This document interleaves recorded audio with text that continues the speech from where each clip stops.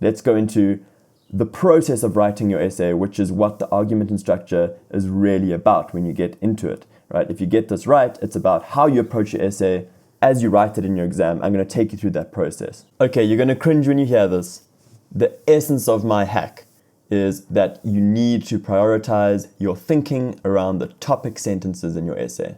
That's it, topic sentences. I think they're poorly understood. And when you understand the power of the topic sentence and how it actually breaks down your argument for what you have to say in response to the question, then you have your full essay and your thinking just outlined for you. And it is the missing ingredient in so many essays. So hopefully I can explain it to you in a way that shows you the relevance of it and shows you how to use it when you prepare and write your essay. So here's an essay question. I think it's quite an easy one. In Shakespeare's Othello, jealousy is repeatedly used as an explanation for both Othello's downfall and Iago's motivations. Write an essay in which you critically examine the role of jealousy as the primary factor in explaining both Othello's and Iago's actions. I challenge you to think, as you're studying, what essay topic would you want to crop up and how would you go about answering it? That's a really nice way into just refreshing some of the key arguments you could make. And you can often use some of your key arguments in different types of questions, but you must pay full attention to the question that you're given in the exam. And this comes down to your stance and the 5-minute plan that you can use before you start your essay. And so many candidates just don't do this. And so the essay ends up being very disjointed, very disconnected, and it doesn't take much. And I'll show you what it looks like. And it doesn't have to be perfect either. It can be a scramble of thoughts. So in that 5 minutes, as you're absorbing the question, reading it carefully, you've got to come up with your stance. This is so crucial. It is your personal opinion, your position on the question. Absolutely vital. So my stance here, jealousy plays more of a role in the actions of Othello than Iago, I would say. And even in Othello's case, however, there are a lot more other forces that are at play that we need to think about that are beneath and underlying the cause of jealousy. Okay, there we go. That's what I want to argue for. Now I get to the crucial part. How can I prove that with my topic sentences? Take the time to do this quickly. Look at the train of thinking here. So your ideas don't have to be perfect. They can be just a mismatch of words and concepts. I like to use this kind of arrow format to get a sense of logic. But I know that my first key idea here is going to be, in Othello, jealousy is the outcome, but how does the jealousy actually take root? He's not a jealous person to begin with, is he? And then I want to focus on this idea of his insecurities and of him being an outsider. Okay, important. Second idea here. I'm going to move this to Iago. Jealousy doesn't really drive Iago much, I don't think. Okay, you can disagree with me. Many people would disagree with me here. But yeah, I think it's just an excuse to make Rodrigo his pawn here. And Iago is actually best explained as a character when you look at how inherently evil he is, how he just enjoys the suffering of other people. That's a key argument for me. And I hope that you can push back against that. You should have an essay that makes it your own. And so it should convey your opinion. It can be a little bit controversial as long as you can justify it. Then third one, I'm going to look at how Iago manipulates Othello. Iago does use jealousy, definitely, but he's only able to use this because Othello is already susceptible because of his military background and his social naivety. There we go. Those are my ideas. Now I just want to quickly show you and for highlight in the essay that is going to eventually crop up out of all of these topic sentences, right? You can see how this idea repeats itself throughout the essay. Just have a look here at all the colored sections here. These are the same ideas, but they are repeated in different ways. They are broken down a bit as you write your essay and reinforced as you write your essay. But these ideas occur again and again. It takes the pressure off because now all you have to think about is how you engage with the proof and the evidence, etc. And I know there are lots of acronyms that talk about, explain this point, use a quote here. I don't think you need to be as strict on that. As long as you have your key ideas, it's just about, okay, now I need to prove them, use the plot, use the quotation, use the character, as long as you have the framework in place. Now your 5-minute plan is in place, you can hit the ground running in your introduction. Apply it to any essay that you have to write in these conditions, right? Because time is a factor here. So if you look at your introduction, in Shakespeare's Othello, jealousy is too often used to neatly dismiss the real complexity of the play. No time wasted in terms of explaining the background of the play and all of that stuff. The first sentence here gives the stance in the essay, right? What their take is on the question. Don't waste time. Get straight into it. And that's the advantage of the 5-minute plan, because you have the ideas, so you're rearing to just get your ideas out. The introduction is just expanding on those rough ideas, because you're essentially formulating in a more eloquent way the ideas that you roughly had for your topic sentence. So in the case of Iago, the jealousy of Othello's success is actually just a smokescreen used to conceal his inherent evil and duplicity. That's a topic sentence idea, just rephrased.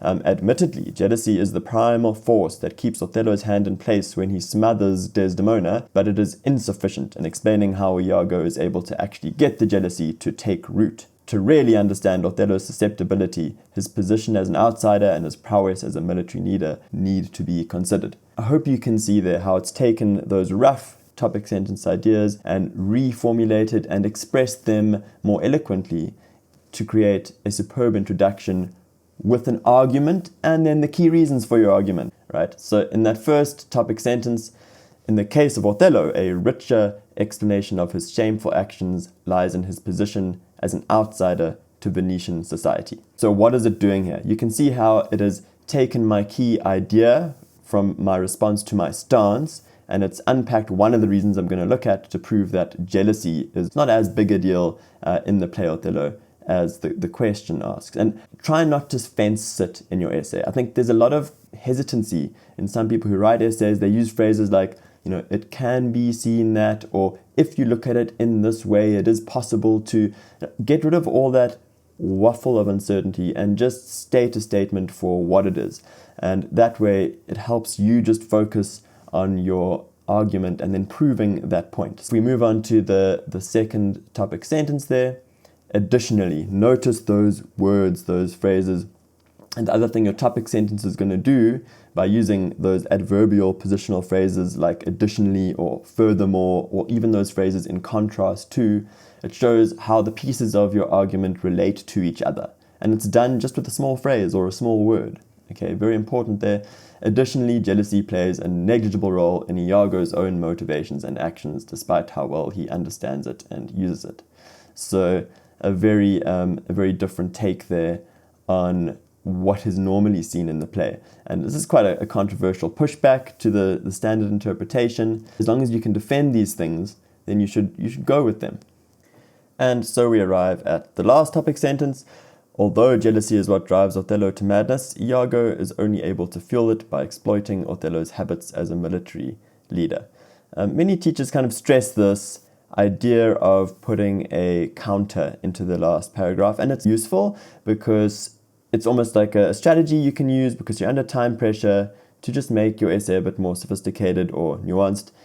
What do I mean here? Well, in debating, you call this steel manning, right? So you acknowledge the other side of your argument, and you can see it here. Nice to use in a topic sentence, that word although. So that word although shows that you acknowledge the other side, right? Jealousy is a factor that it plays a role in Othello's madness, but it's only there because Iago is able to create it by exploiting other characteristics or features that are in Othello's character. When it comes to conclusions, also be succinct, like your introduction, be straight to the point. But how do you think of a conclusion, right? It's something that should bubble up inside you as you're writing your essay, as you make your points better, as you add evidence. You're actually becoming quite convinced about your own argument and the strength of your own argument. And think about your conclusion as, you've watched a great music concert or something, a great show that's really important, and it's on the car trip on the way back. And when you're telling them how awesome the event was, what you're doing is you're summarizing the strongest parts, right? The parts that really stood out. And that's how you need to think about the conclusion. You're giving your almost assessment of your own essay. Where are the strong points? What points did you make that are really going to land? And where's there maybe a little bit of hesitancy, but for the most part, you're just showing how awesome your arguments are, right? So always avoid using the phrase in conclusion, right, in your conclusion, because it's clear from where it is in your essay. It's the last paragraph. Everyone knows that. Nice words to use to give that sense of a build-up are things like ultimately, right? In this essay, a strong case has been put forward. So back yourself in your conclusion. Yeah. So if you take your topic sentences and you put them next to each other, you should have a neat summary of the argument you're making in your essay. And one of the tests that you can use if you're uncertain about, am I really writing a topic sentence here, is to use the phrase, the first reason why, in front of your topic sentence. And if you're uncertain about this, you can even use this in your essay to start off your topic sentences. So the first reason why jealousy is not a primary factor, etc., etc., etc. The second reason why jealousy is not a primary factor is that jealousy plays a negligible role in Iago's own motivations and actions. So think about phrasing it that way if you're uncertain that what you're writing is a strong topic sentence, because a topic sentence really needs to fulfill two criteria, right? It must make a claim or a point that relates back to the question, and one that you can prove, right? So it's a point that allows you to bring the evidence to show that it is true. And as mentioned previously, the other third criteria there is that it also shows how your claim or your argument or your topic sentence idea sits in relation to other pieces of your essay. And that's done with those nice phrases, firstly, secondly, additionally, that you can use. So think a little bit about that.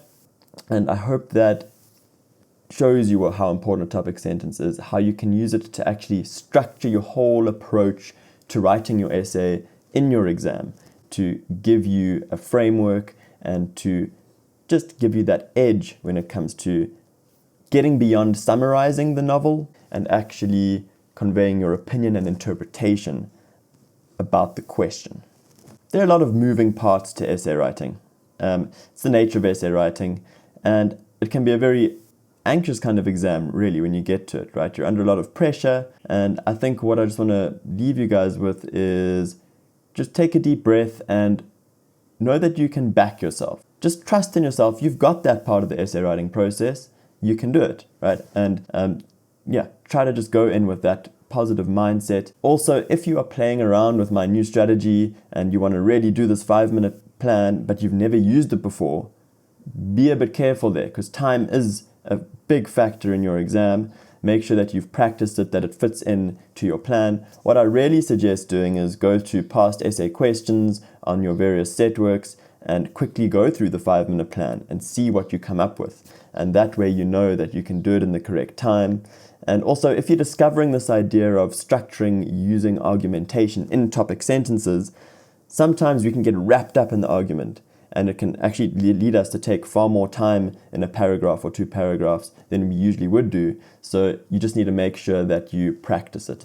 And I've attached some notes and an example of a model essay. Go look at that essay, read through it, get a sense of academic style before you step into your exam. Get a sense of how to structure an argument, how to use those topic sentences, and how to use knowledge and quotations, etc. Go ahead and look at the 3 areas of the essay and grade that essay and see how it fits into that. And it'll just help you to think and get into the right frame of mind and thinking for your essays in paper 2. Best of luck.